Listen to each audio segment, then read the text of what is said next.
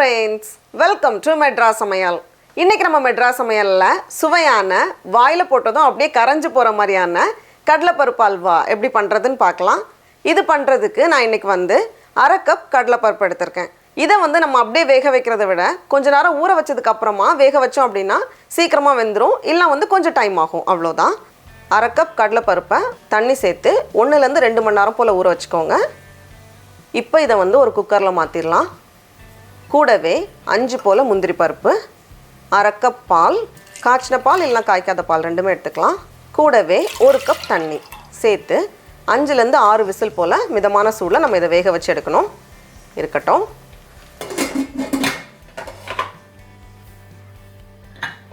இப்போ கடலை பருப்பு இந்த மாதிரி நல்லா வெந்து வந்திருக்கு.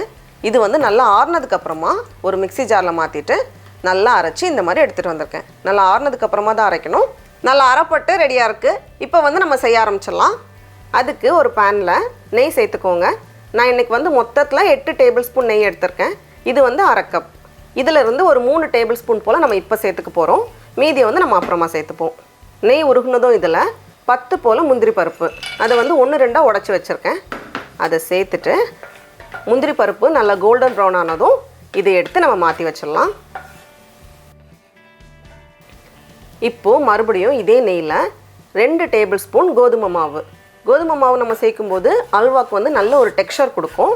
நல்ல ஸ்மூத்தா வரும். அதுக்காக சேர்த்துட்டு மிதமான சூடுல 1 ல இருந்து 2 நிமிஷம் போல நம்ம வறுத்து வச்சிரலாம். ரெடியா இருக்கு. இப்போ இந்த ஸ்டேஜ்ல நம்ம அரைச்சு வச்சிருக்கோம்ல கடலை பருப்பு, அது எல்லாத்தையும் நம்ம அப்படியே சேர்த்துடலாம். எல்லாத்தையும் சேர்த்ததுக்கு அப்புறமா இனிப்புக்காக 1 கப் சர்க்கரை எடுத்துர்க்கேன். நம்ம வந்து 1/2 கப் கடலை பருப்புக்கு 3/4 கப்ல இருந்து 1 கப் சர்க்கரை வந்து சரியா இருக்கும். உங்களுக்கு வந்து இனிப்பு குறைவா போதும்னா 3/4 கப் சேர்த்துக்கோங்க. சேர்த்துட்டு இத கலந்து விடுறப்பவே கொஞ்சம் சர்க்கரை உருகி லைட்டா தண்ணி ஆகும். அதுக்கு அப்புறமா கொஞ்சம் கெட்டியாக ஆரம்பிக்கும்.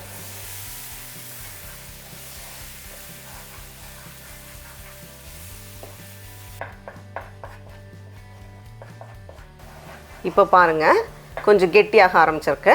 இந்த ஸ்டேஜ்ல நம்ம மீதி வச்சிருக்கோம்ல நெய், அதுல இருந்து கொஞ்சம் கொஞ்சமா சேர்த்து நம்ம கலந்து விட்டுட்டே இருக்கணும். 1 டேபிள் ஸ்பூன் போல நான் இப்ப சேர்த்திருக்கேன். சேர்த்துட்டு நம்ம நல்லா கலந்து விட்டுட்டு எல்லா நெய்யும் உள்ள போனதுக்கு அப்புறமா மறுபடியும் 1 டேபிள் ஸ்பூன். அதே மாதிரி தான். இத நல்லா கலந்ததுக்கு அப்புறமா இன்னொரு டேபிள் ஸ்பூன். நல்லா இந்த மாதிரி கலந்துறலாம். இப்போ பார்க்கறப்போ எல்லாமே சேர்ந்து வந்திருக்கு. இந்த ஸ்டேஜ்ல நம்ம விருப்பப்பட்டோம்னா கொஞ்சம் ஃபுட் கலர் சேர்த்துக்கலாம். கலர் சேர்க்காமயே இந்த அல்வா பார்க்கிறதுக்கு நல்லா தான் இருக்கும். கொஞ்சம் டார்க் yellow கலர்ல இருக்கும்.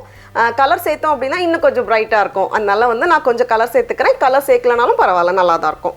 நான் வந்து கொஞ்சம் reddish orange colour kesari powder எடுத்துர்க்கேன். இதை வந்து நம்ம அப்படியே சேர்க்கறதை விட கொஞ்சமா தண்ணியில கலந்துட்டு நம்ம சேர்க்கும்போது கலர் வந்து சமமா எல்லா பக்கத்துலயும் போகும். சேர்த்துட்டு நல்லா மறுபடியும் நம்ம கலந்து விட்டுறணும். பாருங்க இந்த மாதிரி எல்லாமே சேர்ந்து அழகா வந்திருக்கு.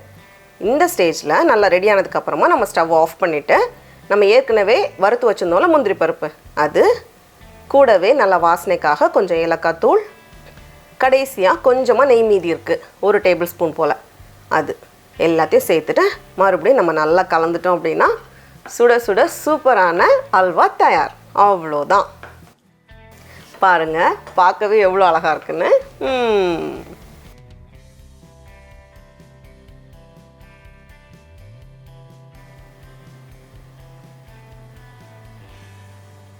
டடா! நம்மளோட சுவையான கடலை பருப்பு அல்வா ரொம்ப ஈஸியாக அழகாக தயாராகிடுச்சு. பார்க்குறதுக்கே அவ்வளோ அழகாக இருக்குது. இப்போ நம்ம டேஸ்ட் பண்ணி பார்க்கலாமா? வாயில் போட்டதும் அப்படியே கரைஞ்சு போயிடுது. நீங்களும் கண்டிப்பாக அந்த ரெசிபியை வீட்டில் செஞ்சு பாருங்கள். உங்களுக்கு இந்த வீடியோ பிடிச்சிருந்துச்சுன்னா மெட்ராஸ் சமையலுக்கு சப்ஸ்கிரைப் பண்ணுங்கள்.